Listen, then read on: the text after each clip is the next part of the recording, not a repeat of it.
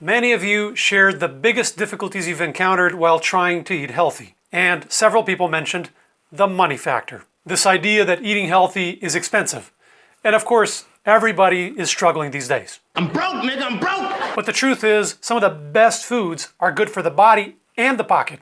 So let's look at 9 key tips to eat cheap and healthy. And at the end, we're gonna ask how much a meal would cost if we put all of it together. So get ready for some major savings. Tip number 1 is be flexible. I have people messaging me from Uruguay saying, kale is really hard to find here or it's really expensive. What do we do? Don't eat it.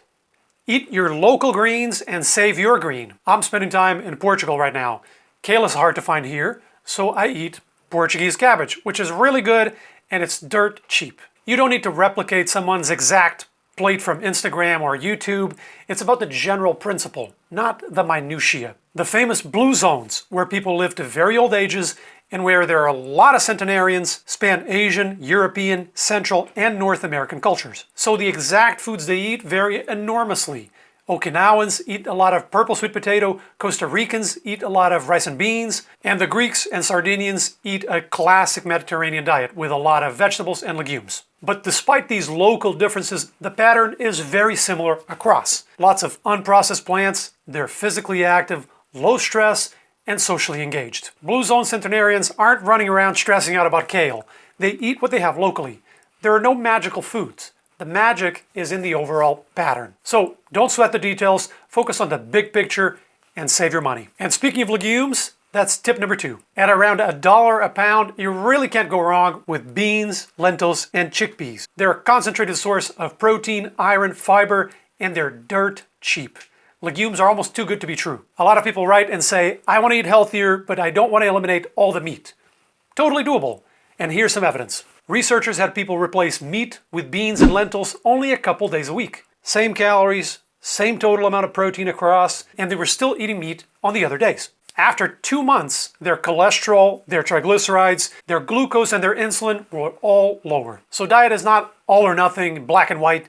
Even a partial change can pay some dividends. Okay, what about prices? Average cost of a pound of beans or lentils in the US is $1.45. Ground beef is around $4. Regular steak is a little over $6. If you go to sirloin, it's more. Matching for same amount of protein, red meat is about 4 to 5 times more expensive than beans. Now chicken is somewhere in the middle. Chicken breast is around twice as expensive as beans, and if you choose cheaper chicken parts, you might be able to get even closer. The other thing to bear in mind are imitation meats. A lot of people think that if they cut back on meat, they gotta eat a lot of veggie burgers and processed soy, but the truth is, those products can cost as much or more than meat, and they're not your best health bet anyway. Overall, beans and lentils deliver the biggest health bang for your buck. Okay, but this video is about the ka-ching, so let's lower those prices some more. Tip number 3 is bulk. We said the national average for beans and lentils is about $1.45 a pound.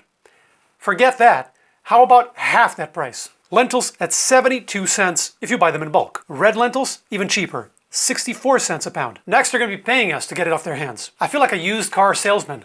Come on down. By the way, I don't get a penny from any of the links in this video. It's all just Googled. How about some grains? Barley, 87 cents a pound. One of the best sources of soluble fiber, lowers your cholesterol, dirt cheap. Here's oats, 90 cents a pound. That's 22 cents a cup. Breakfast of Champions for 22 cents. And this was all a quick Google search. It's not like I went to the deep web. In fact, maybe you can beat that price. If you know a place that sells it even cheaper, definitely link it below and feel free to gloat. Even fancier foods you can buy in bulk. In fact, sometimes there, the difference is even more dramatic. Here's flaxseed at $1 a pound. Grind it in the mixer, sprinkle over your oatmeal, there's your ALA, there's your omega-3s. 1 tablespoon comes down to less than 2 cents. Add to the bowl of oatmeal, you got breakfast for 24 cents. You can pay with a quarter and still get change. You can get your flax seeds and your organic goji berries at Whole Foods and leave your entire paycheck there, or you can do this and get it almost for free. Now, obviously bulk is easier for dry goods, like legumes and grains, because they last forever.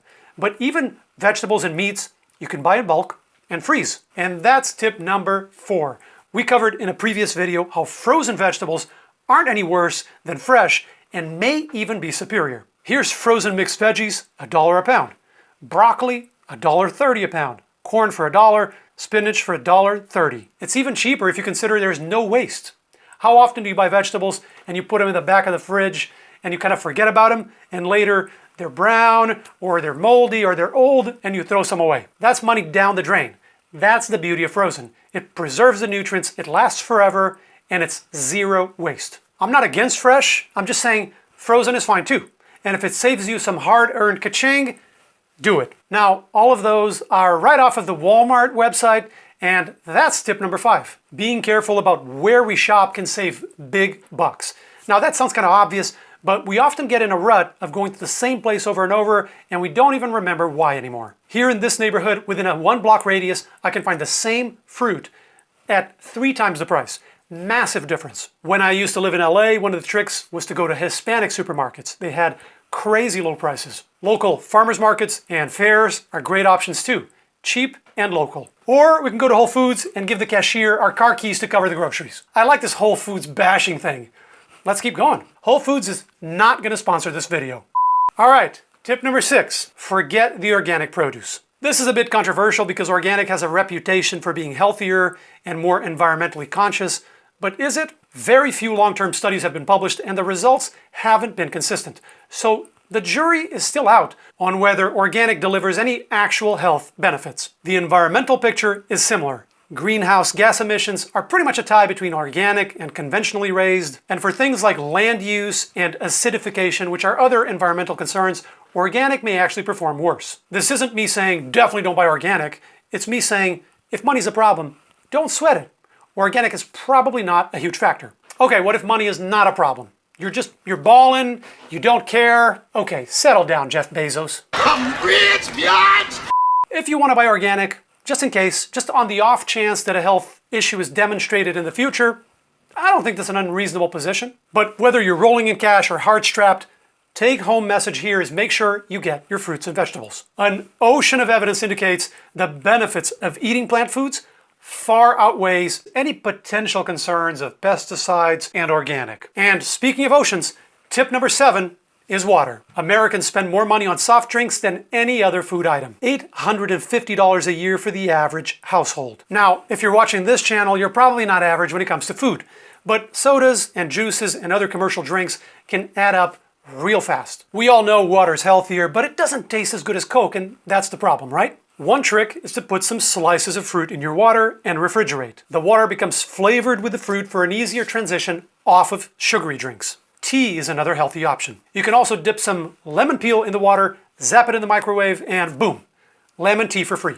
Because the lemon peel was going to be trash anyway, right? You can have it hot or cold, and you can make a whole jug. Good for your health, good for your wealth. Okay, what about bottled water?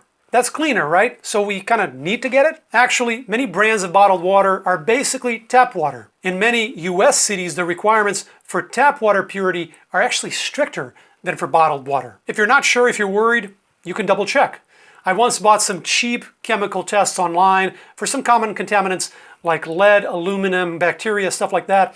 And I just quickly tested my tap water in LA. And everything looked great within the recommended margins, so I just kept drinking it. It's the same here in Europe. Tap water is highly purified and tightly controlled. Now I know in some countries that's not the case, so this is going to be a bit location dependent. Also, some people don't like the taste of tap water, so one option is to buy a home filter. Probably pays for itself over weeks or months with what you save from bottled water, plus you avoid the plastic contamination, the BPAs, and the environmental impact. I take my glass water bottle with me everywhere I go. Bottled water is an insane business model. You're selling something that's essentially free. Depending which one you get, you may be paying more for your bottled water than your gas. How is that possible? The richest man in China as of last week is a multi-billionaire who sells bottled water. Go figure. All right, 7 down, 2 to go. While we're on the topic of drinks, tip number 8 is make your own milk. For plant milks, I mean. For cow milk, it's going to be a little harder. You're going to need a bigger kitchen. Making plant milk is super easy. Even with my non-existent kitchen skills, it worked the first time I tried it. 3 steps: soak, grind, and filter. And the 3rd step is optional. I'll include some links and some recipes below. Almond milk is $2 to $4 in the US, and if you buy your almonds in bulk, you can make it for $1.50. Over a year or more, the savings can add up. And the leftovers that you filter out, that's almond meal, and you can use that to cook. And you avoid all the preservatives and the artificial stuff in the commercial milk. So that's another 50 cents on our bowl of oatmeal from earlier if you want to have it with some homemade almond milk. Another option is oat milk, which is even cheaper. Okay, we're in the finish line here. Tip number 9 is batch cooking. It goes hand in hand with bulk shopping. Buy in bulk, batch cook, freeze for the long run, save time and money. Building this habit to cook more at home saves big cash and can really boost your health. When I was working long hours in the lab, I took all my meals in Tupperwares, batch cooked. Probably saved thousands of dollars over the years, and I was in control of what I ate. Doesn't mean you can't go to a restaurant once in a while for a change, but eating out of restaurants on a daily basis can be really tough on your health and your wealth. All right, time to put all of this together and see how cheap we can get for a healthy meal. Here's the spinach and lentil dal on the BBC page. Nice and fancy. Pass the lentil dal, please. So, bulk lentils, 72 cents a pound. That's 18 cents per cup. Frozen spinach was $1.30 per pound, so it comes down to 33 cents per cup. Sweet potato is less than $1 a pound, so even if you eat a whole sweet potato, that's a whopping 30 cents, so we're at 81 cents per person, and we got all our staples. Now, we want to add some flavor. We're not savages. Onion, garlic, turmeric, pepper, some olive oil if you want. Let's say those condiments double the price. It's going to be way less, but let's be generous and say they double the price. That's $1.62 per person for that BBC meal. Family of 4 dines for $6.48. Give me a break with the healthy foods being expensive. Next time you hear that, link this video. I'm out. Here's me shopping and applying some of these principles in the real world. And here's a full day of eating.